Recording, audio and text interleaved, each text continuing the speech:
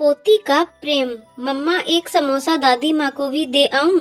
तुझे कितनी बार बोला है कि ये उस बुढ़िया के लिए नहीं बनाए मैंने। चुपचाप खा ले वरना तुझे उस बुढ़िया के साथ कमरे में बंद कर दूंगी।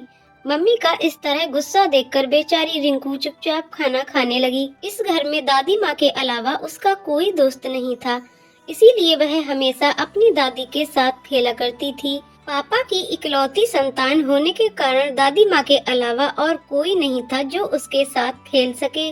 पर कविता हमेशा उसे अपनी सास के पास जाने से रोकती थी, क्योंकि उसका मानना था कि वह एक अभागन है जिसने उसकी पहली संतान बेटे को निगल लिया। अजय आज दुकान से जल्दी ही आने वाले थे, क्योंकि आज कविता का जन्मदिन था, इसलिए कविता ने पहले से ही सब तैयारियां कर रखी थी।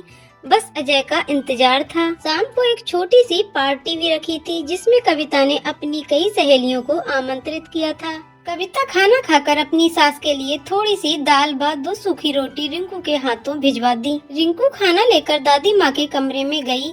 दादी माँ, मैं आपके लिए खाना लाई हूँ, लो खाओ, आओ मेरी रानी बेटी, मेरी गोद में बैठो।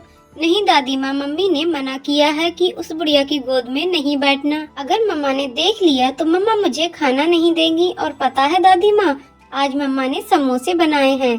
पर बेटा, तुम मेरे लिए तो समोसे लेकर आई नहीं, और ये रोटी कितनी रूखी है, खाई नहीं जा रही। दादी माँ, मम्मी ने मना कर दिया कि समोसे उनकी सहेलियों के लिए हैं, इसलिए नहीं दिए।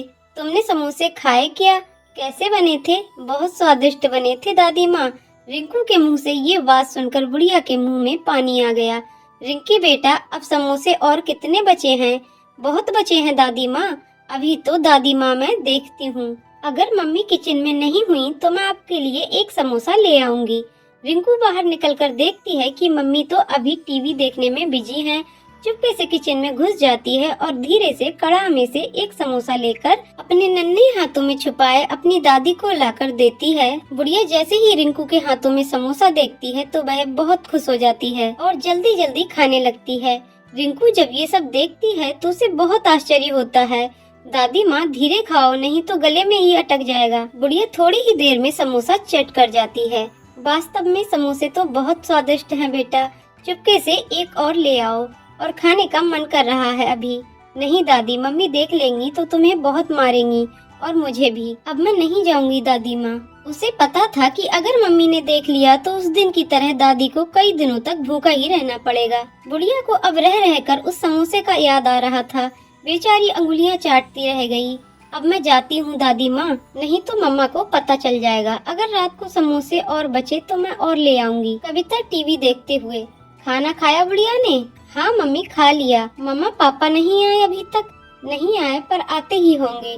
मम्मा, आपने मेरे लिए पापा से क्या मंगवाया? तुम्हारे लिए इस बार एक बड़ी सी गुड़िया मंगवाई है। और दादी माँ के लिए? कुछ नहीं, वैसे भी क्या जरूरत है उस बुढ़िया के लिए इतने पैसे खर्च करने की। वो देखो, तुम्हारे पापा आ गए। पापा आ गए, पापा आ गए। अजय ने रिंकू को गोद में उठाते हुए, पता है हम तुम्हारे लिए क्या लेकर आए हैं? गुड़िया, ये देखो, बिल्कुल तुम्हारे जैसी सुंदर व तुम्हारे जितनी बड़ी। लाओ मैं इसे दादी माँ को दिखाकर आती हूँ। दादी माँ, ये देखो, पापा हमारे लिए गुड़िया लेकर आए। देखो कितनी सुंदर है। हाँ, ये तो वाकई में बहुत सुंदर है, बिल्कुल तुम्हारी तरह है। ये लो कविता, तुमने जो मंगाया था सब है, देख लो, कहीं कोई सामान छूट तो नहीं गया। और इसमें 2 साड़ी हैं, एक तुम्हारे लिए व एक माँ के लिए।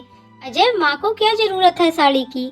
उनके पास तो पहले ही बहुत है, इसलिए फालतू की वस्तुओं में पैसे बर्बाद मत करो। कविता, तुम्हें पता है आज हमारे पास जो कुछ भी है वह सब माँ का इकट्ठा किया हुआ है। पर हमारे भी एक लड़की है और हमें भी अपने भविष्य के लिए धन की आवश्यकता है। अगर हम यूं पैसे खर्च करेंगे तो कल हमारे पास कुछ भी नहीं रह जाएगा। और वैसे भी इस बुढ़िया को तो कहीं जाना नहीं, पूरे दिन घर में ही रहना है। कविता, तुम्हें पता है तुम क्या बोल रही हो? वो मेरी माँ है, और अगर मानो तो तुम्हारी भी। वो मेरी माँ नहीं हो सकती, वह अभागन मेरे बेटे को निगल गई। खबरदार कविता, अगर और एक शब्द मेरी माँ के विषय में बोला तो मुझसे बुरा कोई नहीं होगा। मेरा भी फैसला सुन लो अजय, तुम आज से इस घर में या तो वो बुढ़िया रहेगी या मैं। तुम जा सकती हो, मैं तुम्हारे लिए अपनी माँ को नहीं खो सकता। मैं भी नहीं रहना चाहती अब इस घर में।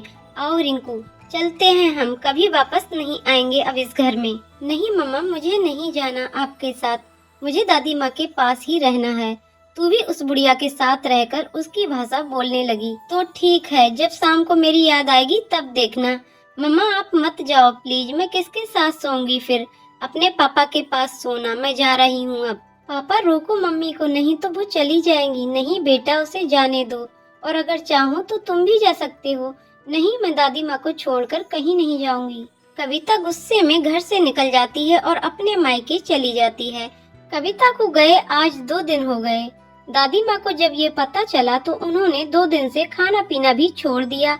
कविता हमेशा उसे भला बुरा कहती, यहाँ तक कि खाना भी ढंग से नहीं देती।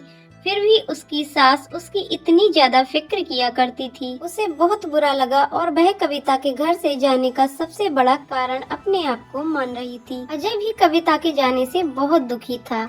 उसे भी समझ नहीं आ रहा था कि वह क्या करे। उसने कई बार कविता का फोन ट्राई किया पर उसने नहीं उठाया। अजय बालकनी में आज अकेला बैठा सोच रहा था कि आखिर कविता ऐसा कैसे कर सकती है। उसने तो साथ जीने मरने का वादा किया था। कुछ सोचते हुए अजय अपने अतीत के आगोश में खो गया। उसे अपने कॉलेज वाले दिन याद आने लगे जब कविता उसे पहली बार मिली थी। कितनी अनजान व अजनबी थी वो। भोला मुख, हिरनी सी आँखें, व वो उसका यूं शांत स्वभाव, हमेशा दूसरों के लिए जीने वाली। पहली ही बार में अजय उसमें इस तरह खोया कि उसने सबके सामने उसे प्रपोज कर दिया और कविता भी उसके इस साहस को देखकर उसे ना नहीं बोल सकी। कितनी अच्छी थी वो जिंदगी, न कोई गम था, न कोई समस्या और न ही किसी का कोई दबाव।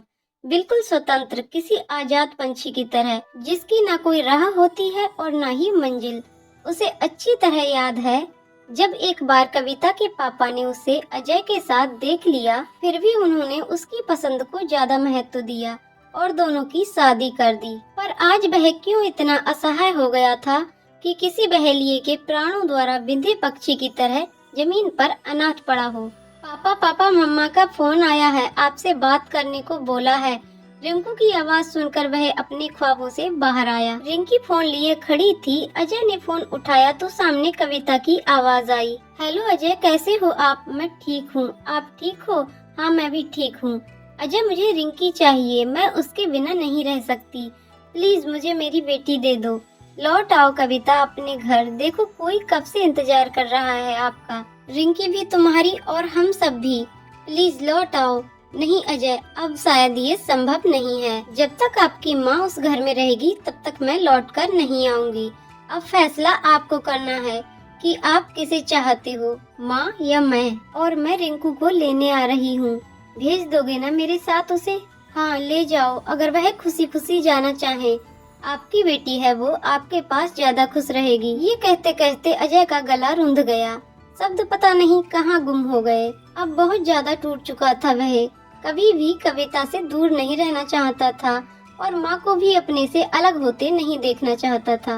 उसकी जिंदगी में एक ऐसी शाम होने जा रही थी जिसके बाद सदियों के बाद भी कोई उजाला नजर नहीं आ रहा था। अब उसे फैसला करना था कि उसे अपना भविष्य चाहिए या गुजरा अतीत। एक तरफ उसका अतीत लिए मुंह पर झुर्रियों व बेटे से कुछ अधूरी उम्मीदें लिए उसकी बूढ़ी माँ, व दूसरी ओर उसका अपाहिज भविष्य व उसकी प्यारी सी गुड़िया रिंकू को साथ लिए उसकी पत्नी। आखिर करता भी तो वह क्या? न अकेली माँ उसे चाहिए, न ही पत्नी। एक समय था जब उसकी जिंदगी में दूर दूर तक कोई गम का नाम भी नहीं था, पर पता नहीं किसकी नजर लगी उसकी हंसती खेलती जिंदगी को कि नरक से भी बदतर हो गई। अचानक वह उठा और माँ के कमरे की ओर बढ़ा। इससे पहले कि वह माँ से कुछ बोल पाता, माँ बोल पड़ी। क्या हुआ बेटा, किसका फोन था? कविता का फोन था क्या? क्या वो वापस आ रही है? हाँ माँ, वापस आ रही है, पर रहने के लिए नहीं, हमेशा के लिए हमसे दूर होने व रिंकू को ले जाने के लिए। अजय ने कविता के साथ हुई सारी बातें माँ को बता दी। बेचारी बुढ़िया, जिसने कभी सोचा भी नहीं था कि बात यहाँ तक बढ़ जाएगी कि उसे वृद्धाश्रम जाने की नौबत आ जाएगी। अजय की बात सुनकर बेचारी कुछ देर खामोश हो गई। अंत में फैसला किया कि वह वृद्धाश्रम चली जाएगी, पर कभी भी अजय व कविता को अलग नहीं होने देगी। माँ के मुंह से ऐसी बात सुनकर अजय हक्का बक्का रह गया। ये क्या कह रही हो माँ? तुम अपना स्वयं का घर छोड़कर वृद्धा आश्रम में जाओगी और एक अनाथ की जिंदगी जियोगी। मैं ये कभी नहीं होने दूंगा कि आप कविता के लिए अपना घर छोड़कर जाओगे।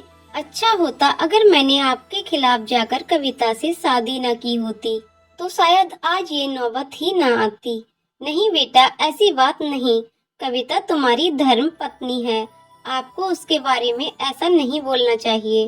और रही बात मेरी, तो मेरे पास तो अब बहुत कम समय बचा है, जो वृद्धा आश्रम में ही गुजार लूंगी।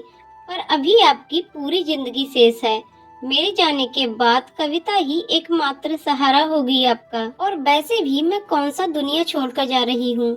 जब कभी भी याद आए मेरी, तो मिलने चले आना। वहाँ पर हर सुविधा भी होगी, नर्स डॉक्टर, आपको भी कोई परेशानी नहीं होगी और ना ही कविता को। माँ के बहुत ज्यादा समझाने पर अजय मान गया और माँ को वृद्धा आश्रम छोड़ने के लिए तैयार हो गया। दूसरे दिन माँ का सारा सामान पैक कर अजय माँ को न चाहते हुए भी उनकी जिद के कारण वृद्धा आश्रम छोड़ आया। कविता को जब ये पता चला तो वह बहुत खुश हुई कि अब उसे उस घर में कोई समस्या नहीं होगी और वह अपने ससुराल वापस लौट आई। पर अब अजय में वो पहले वाली बात नहीं रह गई थी। अजय अब पहले जैसा बिल्कुल नहीं था। वह बहुत ज्यादा उदास रहने लगा और बहुत ज्यादा समय वह मौन ही रहा करता। कविता जिस खुशी की तलाश में यहाँ आई थी, वह उसे अब यहाँ बिल्कुल नजर नहीं आ रही थी। अजय हमेशा सुबह माँ से मिलने आया करता था।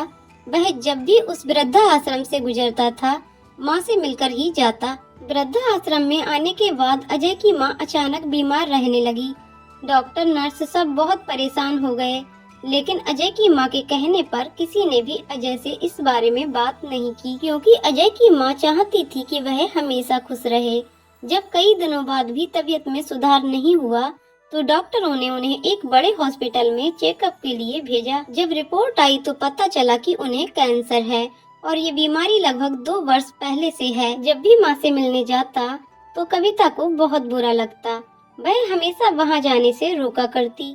वह कभी कभी रिंकू को भी साथ ले जाया करता, जिससे कविता और भी ज्यादा बिगड़ जाती। अब अजय भी काम के दबाव के कारण कई दिनों बाद ही वहाँ जाया करता, पर उसे ये पता नहीं था कि उन्हें कैंसर है। अब उनकी तबीयत और बिगड़ने लगी। एक बार अजय कहीं जा रहा था, इसलिए उसने सोचा कि माँ से मिलकर चलते हैं। पर जैसे ही वह अंदर गया तो उसे माँ कहीं भी दिखाई नहीं दी। जब आसपास पूछा तो पता चला कि उनकी तबीयत बहुत खराब है और वह अस्पताल में भर्ती हैं। जब वह हॉस्पिटल पहुंचा तो पाया कि माँ की तबीयत बहुत ज्यादा खराब थी। दवा के नशे में वह अजय को भी नहीं पहचान रही थी। डॉक्टर ने बताया कि अब उनकी जिंदगी के बहुत कम दिन बचे हैं। डॉक्टर ने अजय को उसकी माँ की बीमारी के बारे में भी बता दिया। अचानक डॉक्टर के मुंह से ऐसी बात सुनकर जैसे उसे बहुत गहरा धक्का लगा। उसने कभी सोचा भी नहीं था कि जिंदगी में कभी ऐसा भी दिन आएगा जो उसे माँ से हमेशा के लिए अलग होना पड़ेगा। डॉक्टर, अजय पता है ये बहुत भयानक बीमारी है। अब तक इसका इलाज कुछ गिने चुने देशों में ही होता है, जहां इलाज कराने के लिए बहुत ज्यादा पैसे की आवश्यकता पड़ती है। और अगर ये खुश रहे तो शायद कुछ ज्यादा समय निकाल सके, वरना अगर यूं ही चिंता करती रही तो हम कुछ नहीं कर पाएंगे। डॉक्टर, इन्हें खुश रखने के लिए मुझे क्या करना चाहिए? अजय, आप इसे अपने पास घर ले जाओ और घर को छोड़कर ही इनकी तबीयत ज्यादा डाउन हो गई। अगर आपके साथ रहेंगी तो आप इनकी दवा दारू भी अच्छे से कर सकते हैं और अच्छे से देखभाल करने से इनकी जिंदगी कुछ आसान हो जाएगी और आप इन्हें कल शाम तक घर ले जा सकते हैं। डॉक्टर से सलाह लेकर अजय घर की ओर चला। अब उसे एक ही इंसान दिखाई दे रहा था, वो थी कविता। उसे मनाना शायद उसके बस की बात नहीं थी।